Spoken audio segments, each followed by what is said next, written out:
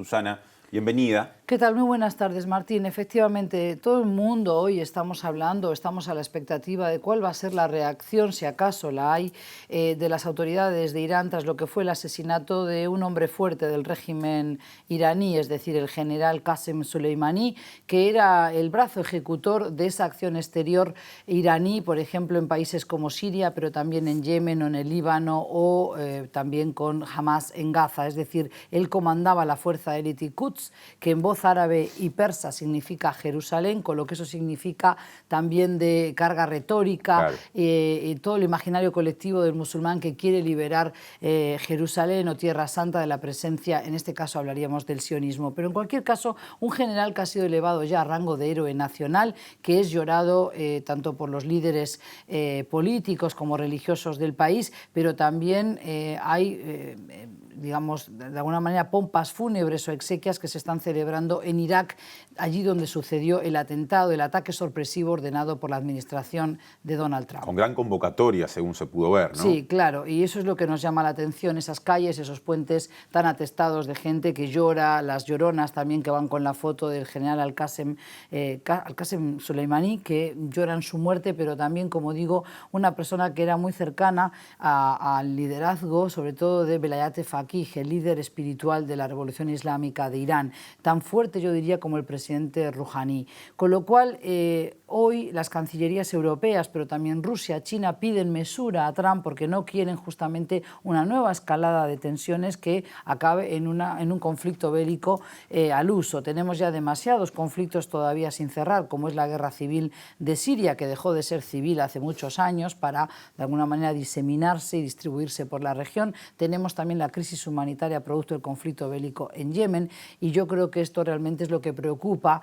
entre otras cosas, en países como, por ejemplo, Reino Unido, bastante próximo a la política exterior estadounidense, pero como dije antes también con una China y una Rusia que no quieren el despliegue de botas estadounidenses en territorio cercano, sobre todo a los intereses geopolíticos de un presidente Putin que ha recobrado presencia geopolítica en Oriente Medio. Bien, sabemos entonces en cada esquina, si esto fuera una especie de ring de boxeo, ¿qué piensan quienes están en torno a las fuerzas o los países, los estados involucrados en la tensión? ¿Qué piensa acerca de Estados Unidos, Reino Unido? ¿Qué piensa más cerca de Irán, Rusia o China? Ahora, pensando en los actores directamente involucrados, Estados Unidos e Irán, vos hoy mencionabas la palabra retórica.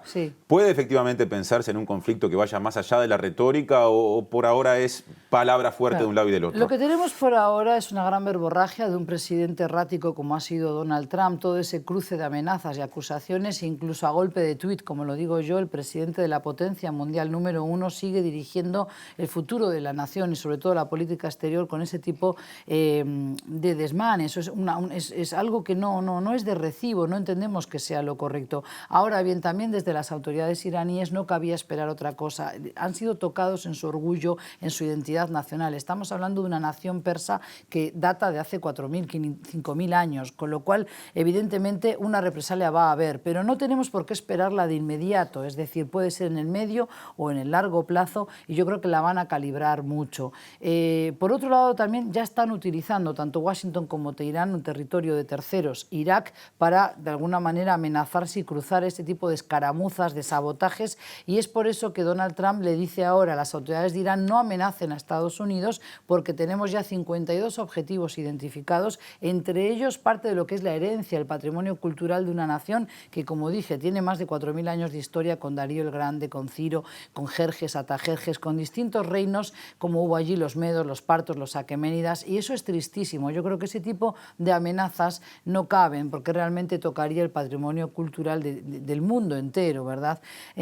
Por lo cual yo creo que aquí por ahora estamos en el nivel de la retórica y del discurso, pero ojalá que no pasen a mayores, porque realmente esto desestabilizaría una zona que es ya de por sí un polvorín. Como dije antes, hoy en Irak se han vuelto a reabrir viejas fracturas. Tenemos los grupos que piden la salida de todas las tropas extranjeras del país, algunos que son proestadounidenses y quieren la no injerencia de Irán en su país, otros que son grupos extremistas violentos que abonan la ideología yihadista, la ideología terrorista. Entonces yo creo que es luego en ese caos, en ese río revuelto que vienen los pescadores, ¿no? Y ganan. ¿Por qué? Pues porque después a partir de ahí empiezan a lanzar ataques contra intereses occidentales no solo estadounidenses, pero también contra aliados de Estados Unidos en la región, y me refiero a Israel o Arabia Saudí, que están viviendo esta pulseada entre Teherán y Washington realmente con una tensa calma.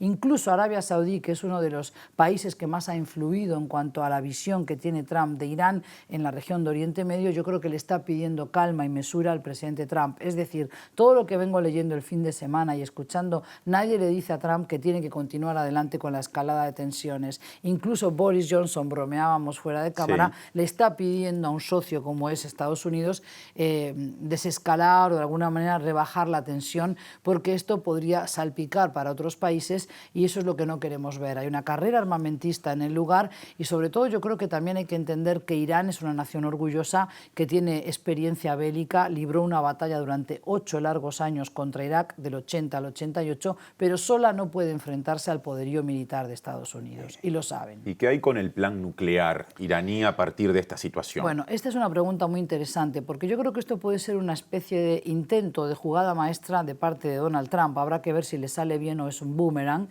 porque realmente cuando sale unilateralmente Estados Unidos de ese acuerdo o del pacto nuclear firmado por su antecesor Obama con distintas potencias europeas y el Organismo Internacional de Energía Atómica, además de Naciones Unidas, Rusia y el propio Irán, en mayo del 2018, de alguna manera desoyó las voces el Consejo de sus socios transatlánticos y lo que quería era doblegar a Irán y obligarlo a renegociar los términos del acuerdo. Como eso no ha ocurrido así, Martín, ahora resulta que Irán, en represalias a este ataque y al asesinato de Soleimani, dice: yo ya no tengo razones para continuar plegándome a los acuerdos firmados, voy a reactivar las centrifugadoras, voy a reactivar el plan o el proyecto de desarrollar armas nucleares en el país. Y yo creo que esto le va a servir de pretexto a la administración Trump para decir: ahora sí, vieron cómo no era de fiar Irán. Y ahí es donde podemos ver un ataque quirúrgico o selectivo, con drones, por ejemplo, o con algún tipo de avión no tripulado, ¿verdad? Entonces, son estas cosas que a mí me preocupa, que muchas veces este tipo de ataques esconden otro tipo de estrategia por atrás que finalmente nos afecta a todos, por la vía del alza en el precio del petróleo, por la vía de la desestabilización geopolítica en una zona sumamente volátil y porque además no olvidemos que todavía hay otros conflictos sin cerrar y que Irán ha ido extendiendo sus tentáculos a través de esa fuerza que comandaba Soleimani, pero apoyando a grupos de guerrilleros y fuerzas paramilitares, por ejemplo, proiraníes, como son Hezbollah en el Líbano, como es, por ejemplo, Hamas en Gaza, los hutíes en Yemen, o el propio gobierno de Bashar al-Assad, que se ha apoyado tanto en Putin como en las autoridades de Irán para sostenerse en el poder. Ya tenemos que cerrar, Susana. Una pregunta para respuesta breve, pero que hace a la cuestión, por lo menos en muchos análisis. ¿Entendés que hay vínculo entre estos pasos que da Trump y esta actitud, después de lo que ocurrió en Irak con este asesinato selectivo, entre digamos, con las elecciones que este año habrá en Estados Unidos? ¿Es parte de la campaña política? Sí. Yo creo que es un elemento clave. Yo creo que el juicio político, el impeachment, ha jugado un rol también en la cabeza de Trump, que quiere mostrarse como un presidente que juega en serio, que juega y apuesta duro, y para sus electores diciéndole: cuando yo digo que voy a atacar, lo voy a hacer, y a mí nadie me amenaza. A América no se la amenaza. Y yo creo que eso está en el trasfondo de esta decisión. Gracias, Susana. Hablaremos más adelante, ojalá que en un contexto de tensiones más bajas. Y que quede en tambores de guerra nada más. Exactamente. Gracias.